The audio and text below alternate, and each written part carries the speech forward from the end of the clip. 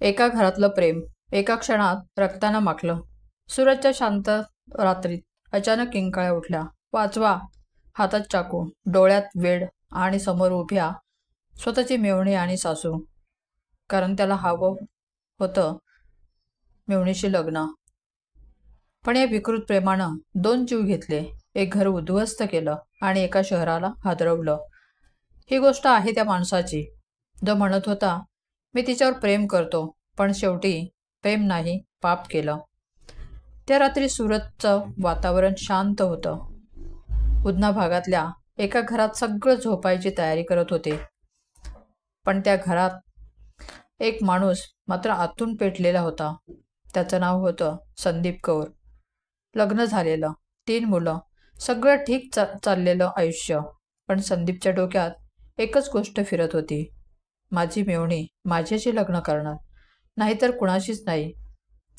आणि त्या वेड्या विचारातून काही क्षणातच सगळं संपलं. त्या रात्री सूरजच्या एका घरात 2 जणांचा जीव गेला आणि एक कुटुंब उद्ध्वस्त झालं. सूरजच्या उधना भागातलं साई जलाराम सोसायटी. रात्री सुमारे 11 वाजले होते. घरात सगळे झोपायची तयारी करत होते. त्या घरात राहत होते निश्चल कश्यप, त्याची बहीण ममता आणि आई शकुंतला देवी. हे सगळे प्रयागराजहून सुरतला आले होते. कुटुंबात लग्न ठरलं होतं. कपडे खरेदी करायला आले होते. त्या घरातच त्या रात्री आला होता ममताचा मेव्हणा संदीप गौर. बाहेरून तो माणूस सामान्य दिसत होता, शांत, नीट बोलणारा, कुटुंबवत्सल. पण त्याच्या मनात वाईट विचार, राग, जळफळाट आणि विकृत भावना दाटल्या होत्या. संदीपचं लग्न झालेलं होतं. 3 लहान मुलं होती. सगळं सुरळीत चाललेलं आयुष्य. पण त्याच्या मनात एक वेडं आकर्षण निर्माण झालं, त्याच्या स्वतःच्या मेव्हणीकडे. तो म्हणायचा, मला माझ्या मेव्हणीशी लग्न करायचे, मी तिच्याशिवाय जगू शकत नाही. घरचे, बायको, सासू सगळ्यांनी त्याला समजावलं, पण त्याने कुणाचंच ऐकलं नाही. त्याचं प्रेम नव्हतं, ते एक वेड होतं. त्या रात्री सगळे झोपले होते. संदीपचं मन मात्र बेचैन होतं. तो विचार करत बसला होता, आज काहीतरी करायलाच हवं. तो हळूच उठला, हातात चाकू घेतला आणि सरळ ममताच्या खोलीत गेला. ममता काही समजायच्या आत त्याने तिच्यावर हल्ला केला. तिच्या किंचाळण्याने आवाज ऐकून निश्चय आणि शकुंतला देवी धावत आले. निश्चयने त्याला थांबवण्याचा प्रयत्न केला, पण संदीप अजूनच संतापला. त्याने निश्चयवरही वार केला. क्षणात घरात रक्ताचं थरकाप उडवणारं दृश्य तयार झालं. शकुंतला देवीने मुलांना वाचवण्याचा प्रयत्न केला, पण संदीपने तिच्याही अंगावर हल्ला केला. ती गंभीर जखमी झाली, पण जिवंत राहिली. ममता आणि निश्चय मात्र जागेवरच मरण पावले. शेजाऱ्यांनी आरडाओरडा ऐकून पोलिसांना फोन केला. उधना पोलीस लगेच घटनास्थळी पोहोचले. घरातील दृश्य पाहून त्यांनाही खूप मोठा धक्का बसला. रक्ताने भरलेली जमीन, 2 मृतदेह आणि एक जखमी स्त्री. संदीप मात्र पळून गेला होता. पोलिसांनी परिसरात नाकाबंदी केली. काही तासांच्या शोधानंतर तो सापडला. संदीपला अटक करण्यात आली.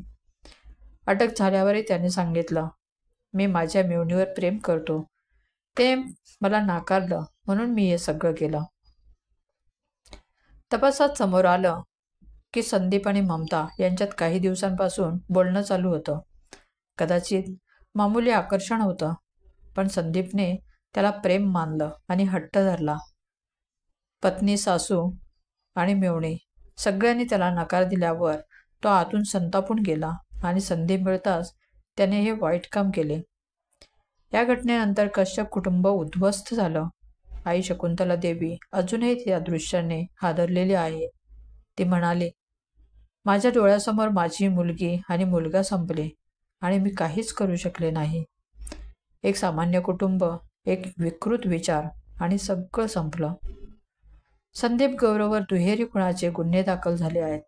तो सध्या न्यायालयीन कोठडीत आहे. पोलिसांनी चाकू, कपडे आणि घटनास्थळाचे पुरावे जप्त केले आहेत. प्रकरण अजूनही तपासात आहे. कधी कधी प्रेम नाही तर स्वार्थ आणि विकृती प्रेम म्हणून येते. संदीपचं हे कृत्य प्रेम नव्हतं, ते एक वेडेपणाचं उदाहरण होतं. एक घर उद्ध्वस्त झालं, 2 जीव गेले आणि एका आईनं सगळं गमावलं. प्रेम जबरदस्तीने मिळत नाही. प्रेम समजून घेणं, आदर करणं आणि स्वेच्छेने टिकवणं.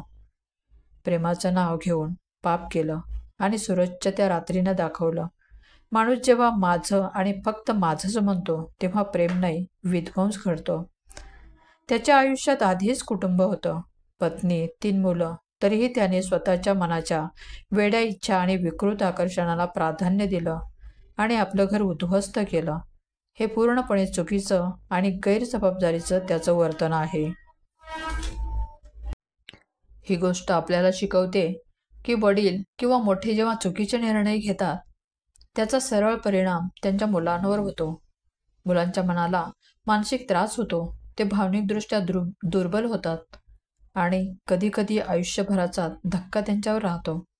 या घटनेबद्दल तुम्हाला काय वाटतं? तुमच्या प्रतिक्रिया खाली कमेंटमध्ये द्यायला विसरू नका. व्हिडिओ आवडल्यास लाईक करा. चॅनलवर नवीन असाल तर सबस्क्राईब करायला विसरू नका. धन्यवाद.